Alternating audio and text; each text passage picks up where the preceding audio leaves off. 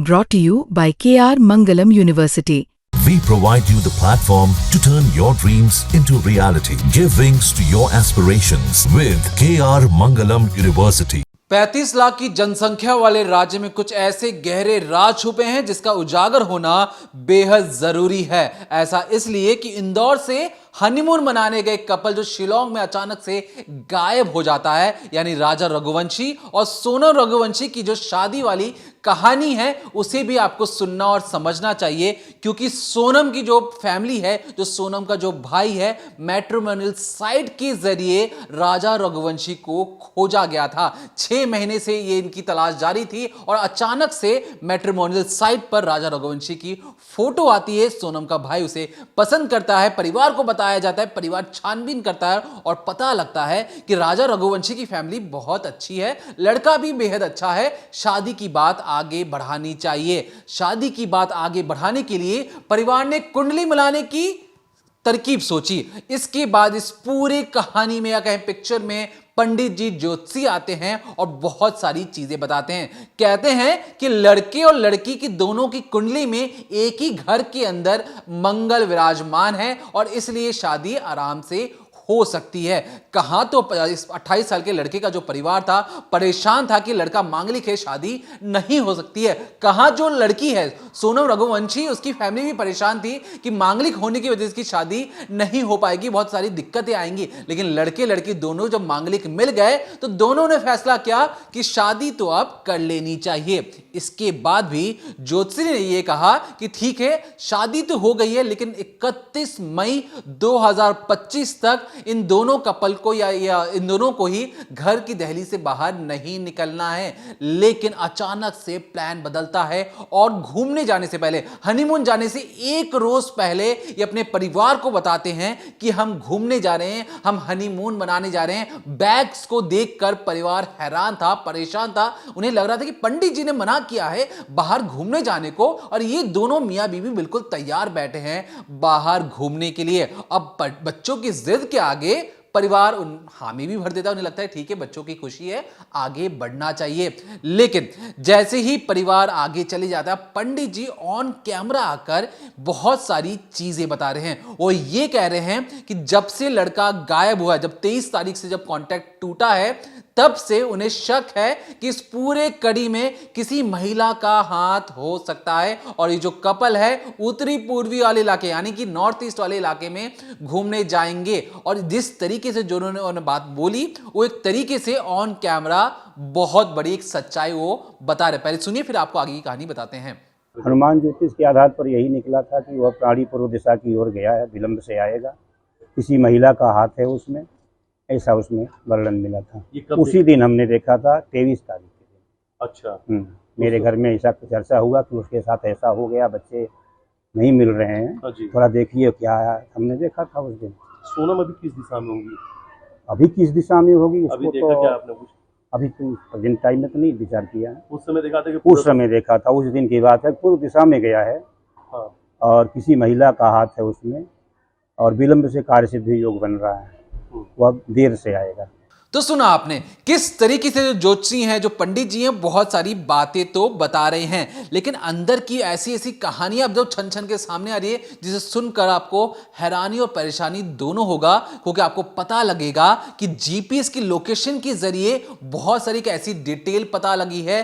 कोई था जो इस कपल की रेकी करने के लिए फिराक में था, बहुत दिनों से कोई रेकी कर रहा था। कौन है और अंदर की कहानी क्या है, चलिए तफसील से समझते हैं। इस पूरे केस में जब सोनम के पिता से पूछताछ की गई, उनसे बातचीत करने की कोशिश की गई, तो उन्होंने साफ तौर पे ये कह दिया कि इस पूरे मामले में जो गलती है वो बच्चों की ही है। बच्चों को मना किया गया था कि उनकी कुंडली में दोष है, मंगल विराजमान है, तो ऐसे में उन्हें जल्दबाजी नहीं करनी चाहिए। यहाँ तक कि जब शादी हुई थी तो लड़की की विदाई भी फ़ौरन नहीं करनी चाहिए, लेकिन 3 दिन के अंदर ही विदाई हो गई। इसके अलावा ये तक कहा गया था कि शादी हो जाने के बाद कहीं भी बाहर घूमने फिरने ना जाए 1.5 महीने तक। लेकिन शादी के करीब 20 दिन के अंदर ही ये लोग घूमने का ट्रिप बनाते हैं, बेंगलोर जाते हैं, वहाँ से गुवाहाटी आते हैं, यहाँ माँ कामाख्या के दर्शन करते हैं। लेकिन वहीं सोनम के पिता बार बार ये कह रहे हैं कि माँ कामाख्या के दर्शन करके जब उनके दामाद और उनकी जो बेटी है वो बाहर निकलते हैं, होटल पहुंचते हैं। वहीं पर उन्हें एक शख्स ने ये कहा था कि तुम लोगों को शिलोंग घूमने जाना चाहिए, तुम लोग नए कपल हो, यहाँ पर तुम अगर घूमना चाहते हो, कहीं अच्छी जगह कोई लोकेशन ढूंढ रहे हो, तो मैं तुम्हें एक जगह बताता हूँ, शिलोंग। तुम वहाँ पर जाओ, बहुत अच्छी अच्छी वादियाँ हैं, बहुत अच्छे वहाँ पर आपको सीनरी मिलेगी, ऐसी जगह आपको जाना चाहिए।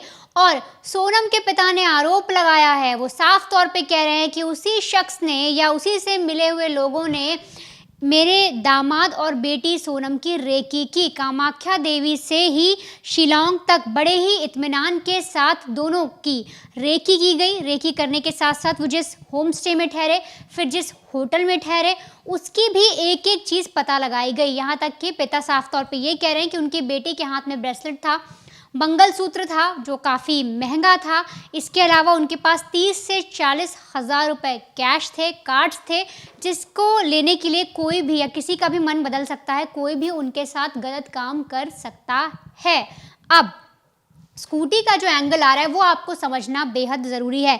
देखिए, हमने शुरुआत से आपसे कहा था कि जब ये कपल गायब होता है और जब इनके भाई जो राजा के भाई हैं, जब वो तफ्तीश करते हैं, पता लगाते हैं, तो जीपीएस के थ्रू और स्कूटी के नंबर के थ्रू, गूगल मैप के द्वारा जब चेस किया जाता है तो उन्हें ओशरा हिल्स के पास एक इलाका है, वहाँ पर वो स्कूटी जो है खड़ी हुई मिलती है गूगल मैप में। और जब वो जाकर पुलिस को बताते हैं, लोकल्स की मदद लेते हैं, उस जगह पर जब पहुँचा जाता है तो स्कूटी वहाँ पर मिलती है। लेकिन ये जो स्कूटी है, जब इसकी स्पीड के बारे में पता लगाया गया, ये कोशिश की गई कि आखिर किस वक्त इन दोनों के साथ हादसा हुआ, तो पता लगा कि करीब 1 बजे के आसपास ये जो स्कूटी है चल रही थी। 1:13 पर जो सोनम है वो अपनी सास से बात करती हैं, इनकी बातचीत की ऑडियो रिकॉर्डिंग भी है, और उसके बाद फिर से स्कूटी चलती है। लेकिन जो स्कूटी को ट्रैक किया गया उसके आधार पर पता लगता है कि करीब 2 बजे के आसपास स्कूटी की जो स्पीड है वो नोटिस नहीं की जा रही। स्कूटी की जो स्पीड है वो 0 आ रही है, यानी कि उस वक्त स्कूटी रुकी हुई थी। 2 बजे स्कूटी रुकी थी और उसके बाद इनसे कोई कांटेक्ट नहीं होता। तो ऐसे में अनुमान लगाया जा रहा है, और जो जीपीएस की लोकेशन है जहां पर इन्हें आखिरी बार पाया गया, आखिरी बार ट्रेस किया गया, उसके आधार पर 2 से 2:30 बजे के बीच, यानी आधे घंटे के बीच ही राजा का कत्ल किया गया और सोनम को किडनैप करके कहीं ले जाया गया। उस आधे घंटे के अंदर ही इस कपल के साथ ये हादसा हुआ, इस वारदात को अंजाम दिया गया, और तो और नए दाव के साथ जो राजा है उसका कत्ल किया गया, उसके गले पर वार भी किया गया, यहाँ तक कि उसे खाई में भी ढकेला गया। ये सिर्फ और सिर्फ आधे घंटे के अंदर किया गया है। अब जो रेनकोट की बात सामने आ रही थी कि जो रेनकोट है वो सोनम का है, किसका है, तो दरअसल देखिए, जो चेरापूंजी का इलाका होता है वहाँ काफ़ी ज़्यादा बारिश होती है, ये सबको पता है। तो ऐसे में बहुत सारी ऐसी लोकल मार्केट है, जैसे आप गोवा घूमने जाते हैं, वहाँ पर बीच से रिलेटेड आपको कॉस्ट्यूम्स वगैरह हैं जो लोकल मार्केट में बड़ी आसानी से मिलती है। ठीक उसी तरीके से चेरापूंजी में जो लोकल मार्केट है वहाँ पर बड़ी ही आसानी से रेनकोट या बारिश से बचने के लिए जितनी भी चीज़ें होती हैं बहुत ही आसानी से उपलब्ध होती हैं। तो ऐसे में पुलिस का मानना है कि जो कपल है, जब ये बाहर निकलता है और बारिश वाला एरिया था, बहुत ज़्यादा बारिश हो भी रही थी, कभी रुकती थी कभी फिर होने लगती थी, तो इनको लगा कि इन्हें एक रेनकोट लेना चाहिए, और इन्होंने लोकल मार्केट से ही शायद वो रेनकोट लिया। इसीलिए जो कंपनी का जो वो लगा हुआ है, एक स्टिकर लगा हुआ है, और जो सिमिलैरिटीज़ हैं रेनकोट की वो दोनों की सेम दिख रही हैं। और ये माना जा रहा है कि जो राजा है उसने जो जैकेट पहना हुआ है वो तो उसका है ही, साथ ही जो थोड़ी दूर पर एक रेनकोट मिला है जिसमें कुछ स्टेन्स की बात सामने आ रही है। अभी तक अनुमान लगाया जा रहा है कि वो स्टेन्स खून के धब्बे हैं, लेकिन फॉरेंसिक रिपोर्ट आना अभी बाकी है कि आखिर वो क्या चीज़ है। तो वो सोनम का हो सकता है, लेकिन परिवार शक जाहिर कर रहा है वाइट शर्ट पर। उनका कहना है कि जो महिला की शर्ट मिली है वाइट कलर की, वो सोनम की तो है नहीं, वहाँ पर खरीदी हो बात अलग है, लेकिन यहाँ तक सोनम की वो शर्ट नहीं है। तो आखिर वो वाइट शर्ट किसकी है? अब ऐसे में इसके तार कैसे जोड़े जा रहे हैं, परिवार कैसे डॉट्स को कनेक्ट कर रहा है? तो उनका कहना है कि जब ज्योतिष, जैसे कि आपने जो उन ज्योतिष की बातचीत सुनी जो पंडित जी बता रहे हैं, तो उन्होंने कहा कि उत्तर पूर्वी दिशा में ले जाया गया है, वहाँ पर किडनैपिंग हो रखी है और साथ ही साथ एक महिला का हाथ है। उन्होंने बोला कि इस पूरी वारदात में, इस पूरे इन्वॉल्वमेंट में एक महिला का हाथ उन्हें होता हुआ नज़र आ रहा है, जितना उन्हें कुंडली पढ़ी और जिस आधार पर वो चीज़ें बोल रहे हैं। तो ऐसे में परिवार का कहना है कि जब ज्योतिष कह रहे हैं, जब पंडित कह रहे हैं कि महिला का हाथ है और वहाँ पर एक फीमेल वाइट शर्ट मिल रही है, तो हो सकता है जो गैंग है उसमें कोई महिला काम करती हो। जैसे हमने कल भी आपको बताया था कि जो बांग्लादेश है वहाँ से जो पुरुष है, जो महिलाएं हैं, जो संगठन बना के एक समूह बनाकर इलीगल तरीके से मेघालय के द्वारा एक नदी भी पड़ती है डाउकी करके, उसके भी ज़रिए जो भारत के रास्तों में या उन जो बॉर्डर है पार करके घुसा जाता है और यहाँ पर आके ट्रैफिकिंग की जाती है बच्चों की, लड़कियों की, औरतों और महिलाओं की, और महिलाओं की ट्रैफिकिंग करके उन्हें बांग्लादेश ले जाया जाता है। उनको प्रोस्टिट्यूशन जैसे धंधों में ढकेला जाता है, जिसकी शादी नहीं होती उससे ज़बरदस्ती शादी करवा दी जाती है, बहुत सारे काम उनसे करवाए जाते हैं।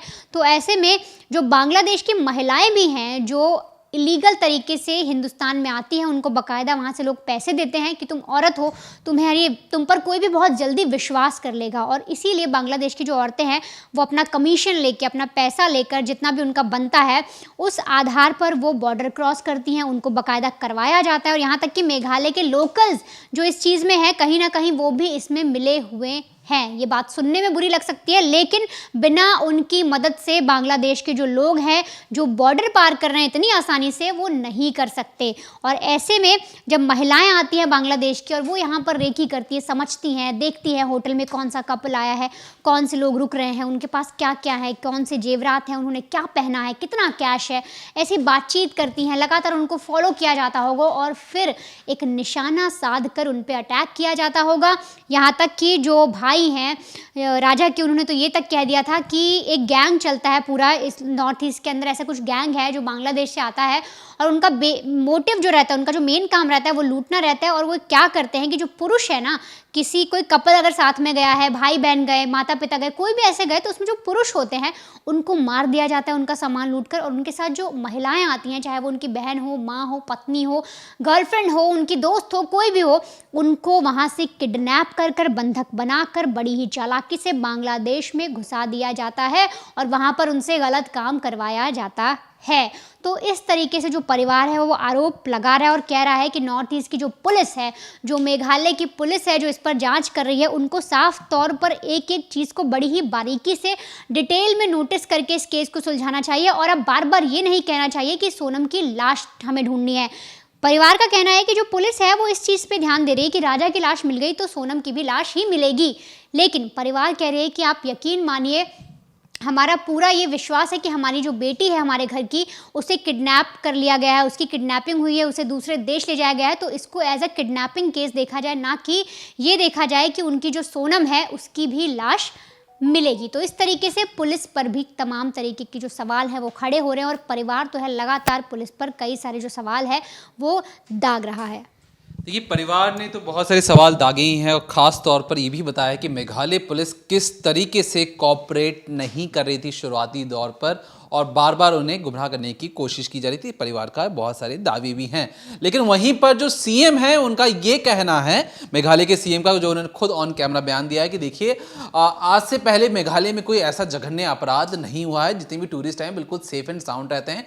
कई बार लोग आते हैं और ये जो घटना है इस पर बिल्कुल कड़ी तौर पर निंदा भी करते हैं और पूरी उनकी पुलिस फोर्स, एडमिनिस्ट्रेशन, हर कोई मेघालय जो सरकार है इस केस को सुलझाने में लगा हुआ है। और हो भी क्यों ना, नेशनल मीडिया भी एक तरीके से इस केस को हर एक चीज तरीके से फॉलो भी कर रही है। लेकिन वहां पर भी कई लोगों का यह कहना है कि जिस तरीके से नेशनल मीडिया ने कई सारे जो सवाल दागे हैं मेघालय को लेकर, मेघालय को बदनाम करने की कोशिश की जा रही है, मेघालय के टूरिज्म पर जो सवाल उठाए जा रहे हैं वो सरासर गलत है, क्योंकि वहां की जो पुलिस जो मेहनत कर रही है, जो वहां की जो स्टेट की जो डिजास्टर रिलीफ फोर्स जो मदद कर रही है, जिस तरीके से काम कर रही है, दिन रात एक करके काम कर रही है, तो कहीं ना कहीं उनकी भी तारीफ करनी चाहिए। और ऐसे में हम किसी पर सवाल नहीं उठा रहे हैं, हम ये सिर्फ जानना चाह रहे हैं कि अगर कोई मियां बीवी साथ में घूमने गए हैं तो इतने दिनों बाद भी अचानक से किस तरीके से चीजें गायब होना शुरू हो जाती हैं।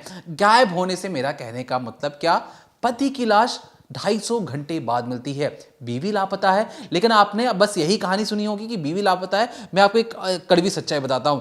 कड़वी सच्चाई ये कि उस जिस चाय की दुकान में जहां पर इन्होंने कॉफी पी थी, जहां पे कॉफी पसंद नहीं आई थी और राजा और सोनम की बहस हो जाती है उस चाय दुकान वाले से, वो भी अभी गायब है। गायब से कहने का मतलब वो पुलिस के हत्थे नहीं लग पा रहा। अब जो दूसरी जो चीज़ है, जो गाइड है जिसको अब तक सबके सामने आ जाना चाहिए था, गाइड का भी अता पता नहीं लग पा रहा है। तो ऐसे में सवाल क्यों ना उठे उस पुलिसिया कार्रवाई पर, जहां पर अब तक पुलिस को उन लोगों को गिरफ्त में लेकर उनसे कड़ाई से पूछताछ करनी चाहिए थी। चाय वाला गायब है, गाइड गायब है, बीवी नहीं मिल पा रही है, एक लड़के की लाश मिल जाती है दाव के साथ। और कहीं ना कहीं ये जो सारी चीजें हैं वो दिखाती हैं कि किस तरीके से एक टूरिज्म वाला इलाका, ये जो टूरिज्म वाला जो इलाका है, अगर मैं इसकी 2011 की जनसंख्या की बात करूं तो 8,25,000 वाला ये जिला है, ईस्ट खासी हिल्स वाला ये इलाका, और सबसे ज्यादा घनी आबादी वाला ये जिला है